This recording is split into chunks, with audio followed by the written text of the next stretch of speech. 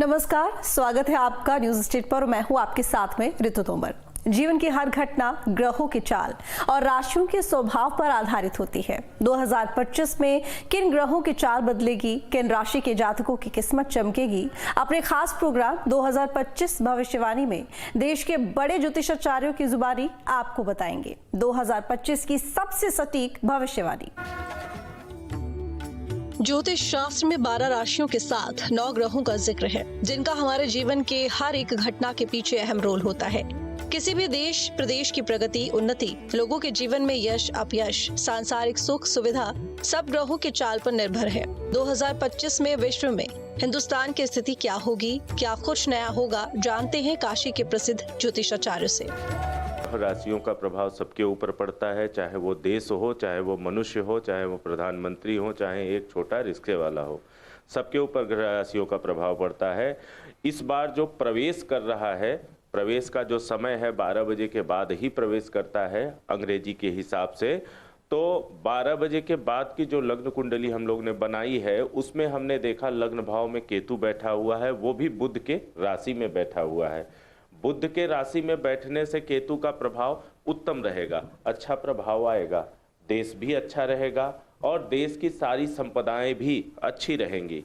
और देश के लिए सबसे शुभ सूचना क्या रहेगा, इस बार भूमि के विवाद, सीमा विवाद से संबंधित जितने मसले हैं, उसमें सभी में भारत को अच्छा प्रभाव डालने को मिलेगा विश्व पटल पर। और बाचाल स्थिति में बुध के होने से वाणी का प्रभाव भी बहुत ज़्यादा पड़ेगा। इस बार भारत के वाणी का प्रभाव सभी देशों पर बहुत अच्छा पड़ेगा। संबंध सबसे बहुत अच्छे, बहुत मधुर रहेंगे, क्योंकि मोदी जी की जो राशि है उस हिसाब से हमने आज की कुंडली के हिसाब से देखा तो वो सम राशि भाव में आता है, जिससे अच्छा प्रभाव वो डालने में सक्षम रहेंगे। इंजीनियरिंग के क्षेत्र में दबदबा बहुत अच्छा बढ़ेगा, सेना के क्षेत्र में बहुत अच्छा सा दबदबा बढ़ेगा। भारत के बातों का प्रभाव विश्व के पटल पर सभी देशों पे पड़ेगा और भारत की बातों को सभी मानेंगे भी, विश्व में उसका दबदबा बढ़ेगा। बड़ी भविष्यवाणी में तो आपको कह सकते हैं पीओके को, जो विवाद चल रहा है पीओके का, उसकी संभावना है कि वो सुलझ जाए। पीओके हो सकता है भारत के कब्जे में आ जाए, ये बहुत बड़ी संभावना दिख रही है, क्योंकि जो हमारा आय भाव है उसमें भौम स्थित है, उच्च राशि में स्थित है और अच्छा प्रभाव डाल रहा है। इसलिए सैन्य क्षमता के साथ, वाणी के प्रभाव के साथ हम उस पर प्रभावशाली रहेंगे और पीओके को अपने अंडर में लेंगे। पश्चिम के देशों में उथल पुथल संभव है, वहाँ पर ज़्यादा प्रभाव डालेगा। पश्चिम के देशों में भूकंप की संभावना बढ़ सकती है, भूगर्भ जल प्रलय की भी संभावना बढ़ सकती है, सैन्य युद्ध, सेना के युद्ध भी बढ़ सकते हैं। ये सब प्रभाव विश्व के पटल पर पड़ेगा। ऐसा है कि मीन राशि पर आप राहु भी, ठीक है, और राहु जो है according to scientific way, ultraviolet rays radiation and Rahu is a shedding planets, malefic planet, curse planets and cruel planets, इतने गुण है। और जब हमारे नया वर्ष प्रवेश हो रहा है रात को 12 बजे, उस समय जो है हरे राहु ग्रह जो है मीन पर ही है। तो ऐसी स्थिति में हमारे विश्व के कुछ भूभाग, कुछ व्यक्तियों को उनके राहु जो है भ्रमित करने के कारण वह निर्णय जो है प्रतिकूल निर्णय लेंगे, जिसमें कुछ विश्व में विवाद भी हो सकती है, ऐसी चांसेस है। और हमारे राष्ट्र के, हमारे प्रदेश के प्रतिनिधित्व करने वाले व्यक्ति भी विवेकपूर्ण, बुद्धिपूर्वक कार्य करेंगे और जनता भी प्रसन्नचित रहेगी। वहीं 2025 में देश की आर्थिक स्थिति क्या होगी, महंगाई से लेकर मौसम का क्या पूर्वानुमान रहेगा, इसको लेकर प्रसिद्ध ज्योतिषाचार्यों से बात की न्यूज स्टेट के संवाददाता ने। भारत का आयात निर्यात बढ़ेगा, आर्थिक स्थिति से थोड़ा सा नुकसान पहुंच सकता है। आयात होगा, निर्यात भी होगा, लेकिन आर्थिक दृष्टि को अगर हम नज़र डालते हैं तो आर्थिक दृष्टि बहुत अच्छी तो नहीं रहेगी, फिर भी सामान्य गति से चलती रहेगी, क्योंकि 9 महीने तक ये वर्ष जो है इसके 9 महीने तक शुक्र जो है शत्रु भाव में रहेगा, शनि के साथ विराजमान रहेगा, मित्र राशि के साथ विराजमान है, लेकिन प्रभाव उसका बहुत अच्छा नहीं रहेगा क्योंकि शत्रु भाव में शुक्र है। शुक्र एक शुभोत्तर ग्रह होने के कारण शत्रु भाव में जाता है तो उसका परिणाम अच्छा नहीं होता है, जिसके नाते आर्थिक दृष्टि से हो सकता है 9 महीने तक कुछ ना कुछ उथल पुथल होता रहे। बाकी सारी देश की स्थितियां सही रहेंगी। राजनीतिक परिप्रेक्ष्य में अगर हम आते हैं तो देश की राजनीति में तो कोई बड़ा उलटफेर होने की संभावना नहीं लग रही है इस कुंडली के हिसाब से, लेकिन अगर राज्यों के हिसाब से हम देखेंगे तो कर्नाटका, हिमाचल, मध्य प्रदेश, इन सब जगहों पर राजनीतिक उथल पुथल संभव है और झारखंड में हो सकता है कुछ बीमारी का प्रकोप बढ़े। ये सब स्थितियां समान रूप से लागू होंगी इस वर्ष के प्रवेश चक्र में। भारत में कोई ऐसी बहुत विशेष बड़ी घटना होने की संभावना नहीं। जो जल वृष्टि है ये थोड़ा बढ़ेगी, हाँ, जल का प्रकोप भी बढ़ेगा और बाकी और सारी चीजें तो लगभग सामान्य रहेंगी। कोई बहुत उथल पुथल दिख नहीं रहा है। फसल इसमें जो है मुझे यह लगता है कि बुधवार को होने से हमारे देश की फसलें जो है अच्छी होगी। थोड़ा महंगाई ज़रूर हो सकती है लेकिन फसलें अच्छी पैदावार होगी, हमारे किसान भाई खुशहाल रहेंगे। इस वर्ष जो है वो प्राकृतिक आपदाओं की संभावनाएं कम से कम है, बिल्कुल न्यून है, बल्कि ये वर्ष प्रगति कारक है। 2025 में ग्रह गोचर की स्थिति क्या होगी, किन राशि के जातकों की किस्मत चमकेगी और किसे सावधानी बरतनी पड़ेगी, जानते हैं कानपुर के प्रसिद्ध ज्योतिषाचार्य आचार्य कृष्ण मुरारी जी से। ये साल जब प्रवेश करेगा, नया वर्ष 2025 जब प्रवेश करेगा, उस समय कन्या लग्न होगी और कन्या लग्न का जो स्वामी ग्रह है वो बुध होता है, जो अपनी लग्न से, अपनी राशि से तीसरे बैठा हुआ है वृश्चिक राशि में। ऐसी स्थिति में एक चीज ये होती है कि जिसे धार्मिक उन्माद होना लोगों के अंदर, जो अस्थिरता होना, व्यावसायिक अस्थिरता होना, ये एक स्वाभाविक सी घटना होती है। समय शनि कुंभ राशि में है, जैसा कि हमने बताया। जो 7.5 और ढैया होती है, ढैया इसलिए कहते हैं क्योंकि शनि एक राशि में 2.5 वर्ष रहता है। 7.5 इसलिए कहते हैं क्योंकि वो जो एक राशि पूर्व और एक राशि पर, माने जिस राशि में शनि होता है उसके एक राशि पहले को और एक राशि बाद को प्रभावित करता है। इस कारण से वो तीनों मिलाकर के 7.5 वर्ष होते हैं। तो चूंकि मकर राशि उसके पहले की राशि है, कुंभ राशि में इस समय रह रहा है वो शनि, और दूसरी राशि जो मीन राशि है वो उसकी मित्र राशि है। चूंकि अपनी राशि में शनि की स्थिति जो होती है वो वृद्धि कारक होती है, दूसरी राशि में जो उसकी जो दोनों राशियां हैं उसमें वो वृद्धि कारक होता है, और जो मित्र राशि है उसमें भी वो वृद्धि कारक होता है। तो ऐसी स्थिति में शनि, ये वर्ष जो है वो शनि देने की स्थिति में है, देने की स्थिति में है। तो इसके विषय में कोई नकारात्मक भाव मन में नहीं रखना चाहिए। केवल उन लोगों के लिए ये जरूर है कि जो जिनके शनि 8 में हो रहा है, जैसा कि हमने अभी देखा कि शनि की स्थिति जैसे कर्क राशि वाले जो जातक हैं उनके अष्टम शनि आ रहा है।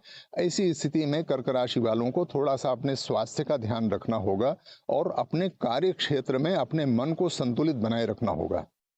कर्क राशि वालों के लिए शनि की स्थिति जो होगी वो नकारात्मक बिल्कुल नहीं कह सकते हैं, किंतु इतना जरूर ध्यान रखना होगा कि वो अपने कार्य क्षेत्र में और अपनी वाणी में, अपने व्यवहार में सरलता रखें और अपने स्वास्थ्य का ध्यान बनाए रखें।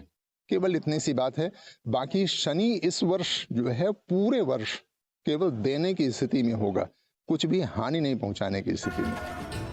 वहीं नए साल में हिंदुस्तान में डिफेंस की क्या स्थिति होगी, किस क्षेत्र में ग्रोथ होगा, शिक्षा, मेडिकल समेत रोजी रोजगार को लेकर 2025 कैसा रहेगा, बताते हैं आपको। तो बृहस्पति जब 15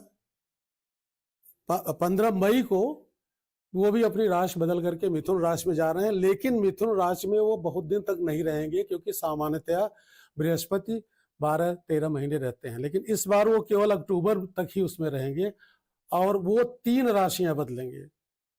यानी अभी वो वृष राशि में है, बीच में मिथुन में जाएंगे, उसके बाद वो कर्क में जाएंगे। इसको कहा जाता है अतिचारी बृहस्पति। अतिचारी बृहस्पति हमारे लिए अच्छा नहीं होता है। और दूसरा जो अंतर आएगा, जब राहु केतु भी अपनी राशि बदल देंगे, यानी तब वो मीन से थोड़ा हट जाएंगे, तो कुछ स्थितियां थोड़ा सुधरने लगेंगी। लेकिन जब अक्टूबर वगैरह का जो समय आएगा, अक्टूबर मास में भारत, या कह सकते हैं कि इसके साथ जुड़े हुए विश्व के कुछ देश भी, हम विमानन प्रौद्योगिकी में बहुत तेजी से उन्नत करेंगे। सैन्य उपकरण की हमारी उत्पाद क्षमता बढ़ेगी तथा ज्ञान विज्ञान के क्षेत्र में भारत बहुत आगे जाएगा। हम भारत की कुंडली के ऊपर इन सब गोचर को देखने का प्रयास करें तो हम इतना कहेंगे कि भारत सैन्य शक्ति में प्रबलता प्राप्त करेगा, प्रखरता प्राप्त करेगा और हम इससे बहुत ज्यादा धन उगाएंगे। हम सैन्य शक्ति में बहुत आगे बढ़ेंगे, हमारे प्रयोग बढ़ेंगे, हमारे यहाँ खोजें होंगी और हम बहुत कुछ उत्पादन कर पाएंगे। यानी हम डिफेंस में तो आगे जा रहे हैं, उसमें कोई दिक्कत नहीं आ रही है। में कुछ नए अन्वेषण किए जाएंगे, कुछ नए प्रयोग होंगे। मैंने अभी एक बार पहले बताया है कि हमारा विमानन क्षेत्र में हम विशेषकर आगे बढ़ सकते हैं। एआई की टेक्निक यहाँ पर बहुत आगे बढ़ेगी, यानी इंजीनियरिंग क्षेत्र में हम आगे बढ़ेंगे। देखिए, मेडिकल क्षेत्र ये है कि प्रयोग हमने कहा ना कुछ बढ़ेंगे और हमारे संसाधन भी बढ़ रहे हैं। यानी हमारी जो ये मेडिकल कॉलेजेस खोले जा रहे हैं वो शायद अभी तक पूरे नहीं बन पाए होंगे, लेकिन अब इस वर्ष उन सब में एक अच्छे ढंग से एम्स आदि में हमें सुविधाएं मिलेंगी और वहाँ पर डॉक्टर पर्याप्त मात्रा में पढ़ाई भी करेंगे और वहाँ पर लोगों की व्यवस्था भी करेंगे। तो ग्रहण का प्रभाव भारत में पिछली बार की तरह इस बार भी कम पड़ रहा है, बल्कि कह लीजिए कि केवल 7 सितंबर को पड़ रहा है। यानी न उसके पहले ग्रहण लग रहा है न उसके बाद ग्रहण लग रहा है, तो हम ज़्यादा दुष्प्रभाव में नहीं आएंगे। भारत में शिक्षा, विज्ञान, अनुसंधान और इस तरह की जो परियोजनाएं हैं उनका बहुत तेजी से विस्तार होगा, विकास होगा और हमें धन लाभ मिलेगा। हाँ, हमें अपनी कृषि संभालनी पड़ेगी। उधर ज्योतिष शास्त्र में ग्रह शांति के साथ ग्रहों की कृपा पाने के लिए कई उपाय बताए गए हैं। आपको बताते हैं छोटे छोटे अचूक महा उपाय, जिसको करने से नया साल शुभदायी रहेगा। कि मन चंद्रमा मनसो जायतः, चंद्रमा मन का प्रतिनिधित्व करता है और चंद्रमा की गति, मोशन ऑफ मून और human mind is a 2 million kilometre पर सेकेंड। और जब हम मनुष्य माँ के गर्भ में रहते हैं तो the 5th month effect of the moon planets and again 9th month repeats the moon planets.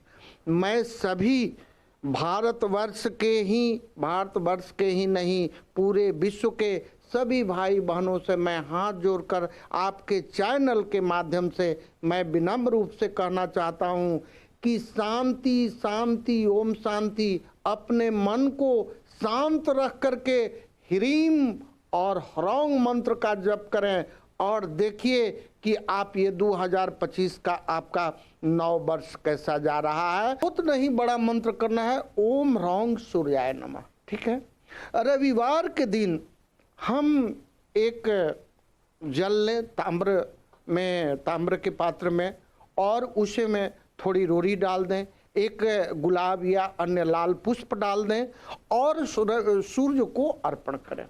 ओम ह्रौंग सूर्याय नमः का 1 माला 2 माला यथाशक्ति हो सके 10 मिनट 15 मिनट उसे जप करें, ताकि सूर्य जो है आपके इस नव वर्ष में अनुकूलता प्रदान करें।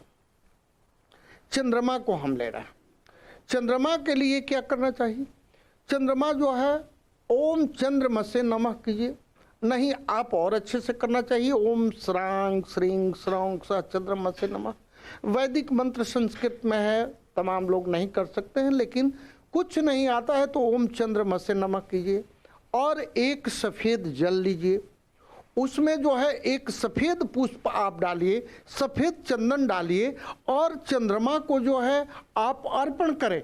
जब चंद्रमा उगते हैं चूंकि शुक्ल पक्ष में जो है यह पड़ रहा है नव वर्ष, तो चंद्रमा को आप अर्पण करें, चंद्रमा से नमः का जप कीजिए। चंद्रमा आपके धन और मन का प्रतिनिधित्व करता है। यह पूरे वर्ष आपके धन की कोई कमी नहीं होगी, ये पूरे वर्ष आपका मन बुलंद रहेगा, हाँ, मानसिक स्थिति अच्छी रहेगी। जो व्यक्ति मानसिक रूप से है वह विशेष रूप से चंद्रमा का दर्शन करें, उनका जो है चंद्रमा स्थिर रहेगा, मन स्वस्थ रहेगा। इसके मानसिक रूप से परेशान है उसे जो है। अब मंगल की बात है। मंगल के लिए एक लाल पुष्प, थोड़ा सा गुड़ ले ले, ओम मंगलाय नमः या ओम क्रांग क्रिंग क्रौंग भौमाय नमः का आप जप करें, और एक लाल पुष्प ले ले। लाल हो सके तो वस्त्र ले ले, थोड़ा गुड़ ले ले, थोड़ा गेहूं ले ले, कुछ नहीं हो तो लाल पुष्प ले ले, लाल फल ले ले। और वह जो हमारे ये मरकट जिसे बंदर कहते हैं उनको जो है वो खिलाए, गुड़ खिलाए, लाल फल जो है 2-4 ठो खिला दें। इससे आपका मंगल ग्रह ठीक रहेगा। यदि आपके विशेष भूमि भवन पर, जमीन पर विवाद है किसी प्रकार का, तो आप उसके लिए भी आप करें। बुध के लिए, बुधवार को नव वर्ष आ रहा है, बुधवार के दिन जो है हरे घास जो है या हरे पालक कुछ भी लेकर के गाय को खिला दे। नहीं हुआ तो हरा फल वगैरह जो है आवश्यकतामंद व्यक्तियों को दान दें। हरा वस्त्र जो है आप दान दें। आपका 2025 आराम से जो है विवेकपूर्ण बीतेगा, आपके घर में सुख शांति बने रहेगी। अब गुरुवार है, गुरु के लिए आप पीले फल, पीला फूल आप मंदिर में चढ़ाएं, या आवश्यकतामंद व्यक्तियों को पीला फल, पीला मीठा, पीला वस्त्र आप दान करें। कुछ ना हो तो पीला वस्त्र जो है ले जाकर के शिव मंदिर में या विष्णु मंदिर में विशेष रूप से आप अर्पण कर दें। आपका जो है बृहस्पति 2025 तक के लिए अच्छा रहेगा, आपको धन धान्य देगा। आपके बच्चे बच्चियों की विवाह नहीं होती है, उसमें जो है आप हल्दी दान करें आवश्यकतामंद को, और मंदिर में दान करें, विष्णु मंदिर में। देखिए आपके बच्चे बच्चियों की शादी भी होगी, आपकी धन संपदा अच्छी रहेगी, कमाई अच्छी होगी, जिससे कि आपका चिंता न रहे। अब शुक्र के लिए लेते हैं। शुक्र जो है आपके भौतिक वस्तुओं का जो है वह स्वामी होता है। यदि आप चाहते हैं कि हमारी गाड़ी घोड़ा लग्जरियस हमारा सब कुछ व्यवस्था हो, शुक्र हमारे अनुकूल हो, तो आप जो है शुक्र के लिए एक बाउल, एक कटोरे में आप जल ले लीजिए, उसमें थोड़ा इत्र वगैरह परफ्यूम्स डाल दीजिए, और सुगंधित एक ठो उसमें सफ़ेद पुष्प डालिए, और भगवान शुक्र को ओम शुक्राय नमः इतना ही कीजिए। ओम शुक्राय नमः विशेष करना चाहते हैं तो ओम द्रांग द्रिंग द्रौंग स शुक्राय नमः इसका आप कीजिए। देखिए निश्चित रूप से शुक्र प्रसन्न होंगे। और दूसरी चीज़ कि आवश्यकतामंद व्यक्तियों को कुछ सफ़ेद प्रकार का मीठा वगैरह, रसगुल्ला हुआ, बर्फी पेड़ा हुआ, कुछ वस्त्र हुआ, आवश्यकतामंद व्यक्तियों को दान दीजिए। आपका शुक्र 2025 तक बिल्कुल आपके अनुकूल रहेगा। शनि के लिए आप जो है यदि आप शिव मंदिर में जाएं, शनि संबंधी कुछ वस्तुओं को दान करें। नहीं साक्षात शनि आप जो है दरिद्र नारायण भगवान जो बैठे हुए हैं हर व्यक्ति के हर जगह, वहाँ आप जाएं, उनको आदर पूर्वक आप उनको नीले या काला वस्त्र दें। आप अपने आवश्यकता अनुसार उनको नमकीन वस्तु खिलाएं, मीठा मत खिलाएं। शनि के लिए उनको आप नमकीन वस्तु का दान दें, आप उनको खिलाएं, हर तरह की चीज़ें हैं पदार्थ उनको देखें, आपके शनि अनुकूल होंगे। आप उस दिन जो ओम संसराय नमः या और विशेष रूप से करना चाहते हैं ओम प्रांग प्रिंग प्रौंग शनय नमः का आप जप कीजिए। कुछ नहीं ओम संसराय नमः कीजिए, इससे भी आपका कल्याण होगा। बिल्कुल निश्चित रूप से पीपल वृक्ष के नीचे आप हनुमान चालीसा पढ़ लें 7 बार 11 बार, उससे भी आपका ठीक होगा। फिर जो है अब इन तरह की चीज़ों को हर व्यक्ति को करना चाहिए। प्रेम से यदि करते हैं तो मैं कहता हूं कि निश्चित रूप से आपकी परिस्थितियां अनुकूल रहेगी। लेकिन प्रेम रहना चाहिए, प्रेम रहना चाहिए एकदम भाव विभोर हो करके। तो ये जो है हम अपने ग्रहों को अनुकूल करने के लिए एकदम छोटी सी उपाय है, और कोई करे और करने के बाद निश्चित रूप से उससे लाभ मिलेगा। जिन ग्रहों के चलते जो है कुछ स्वास्थ्य की अनुकूलता नहीं रहने वाली है, उनके लिए सबसे उत्तम बात ये होती है कि वो हनुमान जी महाराज का कोई भी मंत्र, जिसे छोटे छोटे प्रयोग होते हैं, हनुमान चालीसा पाठ करना या हनुमान जी का दर्शन करना, उनकी परिक्रमा करना, ये उनके लिए लाभदायक है। शिव जी की परिक्रमा करना, शिव जी के पास में जाकर के उनको जल अर्पित करना, ये उनके लिए लाभदायक है। हम तो देश के जितने युवा हैं, जितने जो प्रौढ़ हैं, जो बुजुर्ग हैं या जो बच्चे हैं, हम उन सब के लिए ये बात कहते हैं कि वो शिव जी की उपासना करें, थोड़ी सी, जितना भी कर सकते हैं। ओम नमः शिवाय बहुत छोटा सा मंत्र है, इस मंत्र का स्मरण करें, जिससे ग्रहों की जो भी थोड़े बहुत दोष होते हैं वो दोष अपने आप दूर होते जाते हैं। फिलहाल नए साल में सबकी मनोकामनाएं पूरी हों, रोजी रोजगार में इजाफे के साथ सबकी सेहत अच्छी रहे, देवों के देव महादेव से यही प्रार्थना है। Team news state. अपने खास प्रोग्राम में बस इतना ही। सभी के लिए नया साल 2025 खुशहाली, उन्नति, प्रगति देने वाला हो। नमस्कार।